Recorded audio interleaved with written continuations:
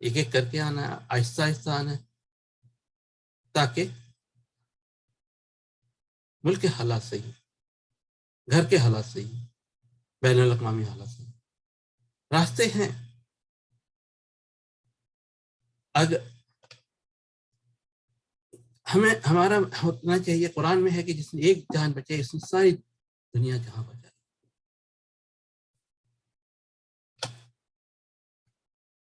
تو یہاں پہ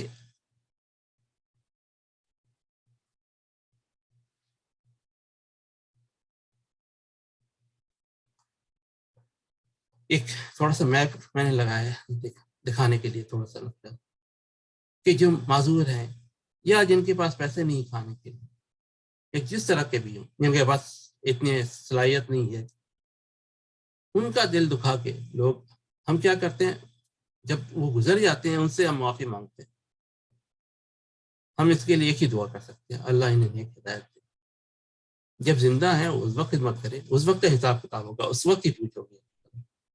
اللہ تعالیٰ یہ نہیں پوچھے گا کہ جب وہ قبر میں چلے گئے پھر آپ نے ان سے معافی یہ مانگی ہے، نہیں۔ اللہ یہ پوچھے گا جب وہ زندہ تھے، جب وہ بھوکے تھے، جب وہ ننگے تھے، تو کیا آپ نے ان کو کھانا کھلایا یا کپڑے پہنائے یا ان کو چھت پرووائڈ کی؟ کچھ کام ہم لوکل کر سکتے ہیں، لیکن کچھ کام کے لیے گلوبل چاہیے۔ لیکن اگر گلوبل نہ کرے تو ہم کب تک بیٹھے رہیں گے؟ اس کا بھی سولیوشن قرآن میں ہے، حل ہے۔ ہدایت کی کتاب قرآن ہے۔ قرآن 4 in 1 ہے، 1 نہیں ہے، 4 in 1۔ اللہ کا کلام، لیکن اللہ کا کلام مجھے ڈائریکٹ تو نہیں آیا نا، کہیں نہ کہیں سے پہنچا ہے۔ حضرت جبرائیل علیہ السلام نے محسن کے سینے میں بتایا، محسن کو بتایا، تو اللہ کا کلام ہے، اور پھر محسن کے زبان سے ہم تک پہنچا۔ جو چیز محسن کے زبان سے پہنچی وہ حدیث بھی ہے، 2 in 1 ہو گئی، اللہ کا کلام، محسن کی حدیث، اور وہ بھی صحیح حدیث مستند۔ فبے یا حدیث بعد ہو یہ، اور اس بیان کردہ حدیث کے بہتر اور کون سی حدیث بیان کرو گے جو 2 in 1 ہے، اللہ کا کلام بھی ہے، موسم کی حدیث بھی ہے۔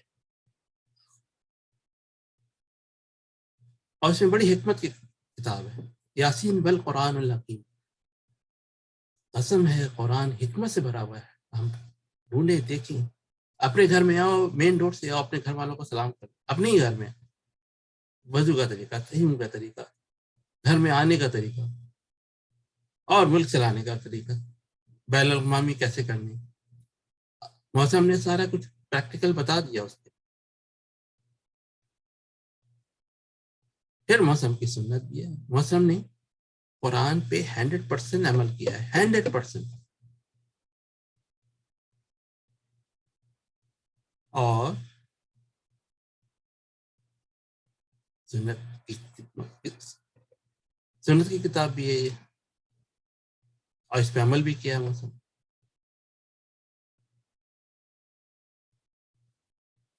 اسی پہ عمل کر کے انہوں نے جو دکھایا اس پہ جب صحابہ آگے عمل کیے تو وہ آگے چلے۔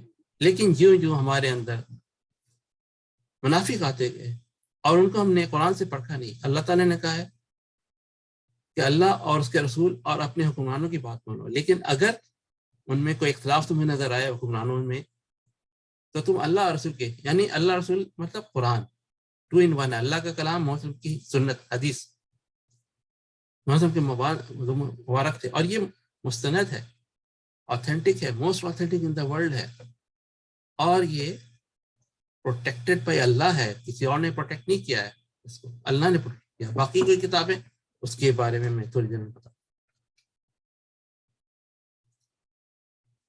کہ ہمیں کس نے ہٹایا ہے صحیح راستے سے، صراط المستقیم سے۔ تو پہلے یہ ایک جارجیا اسٹون، یہ دنیا میں چل کیا رہا، ہو کیا رہا ہے، یہ ایک جارجیا اسٹون جس میں یہ بتا رہے ہیں 500 ملین، یعنی کہ 50 کروڑ لوگ ان کو مینٹین رکھنا ہے، maintain humanity under 500 million, 50 crore, کتنی خطرناک بات ہے۔ اب کوئی 8 بلین پورے ورلڈ وائڈ ہے، اور اس میں سے صرف 50 کروڑ کو رکھنا ہے، باقی مرتے ہیں مرے سڑتے نہیں، یہ تو کرائم اگینسٹ ہیومینٹی ہے۔ جبھی تو یہ جو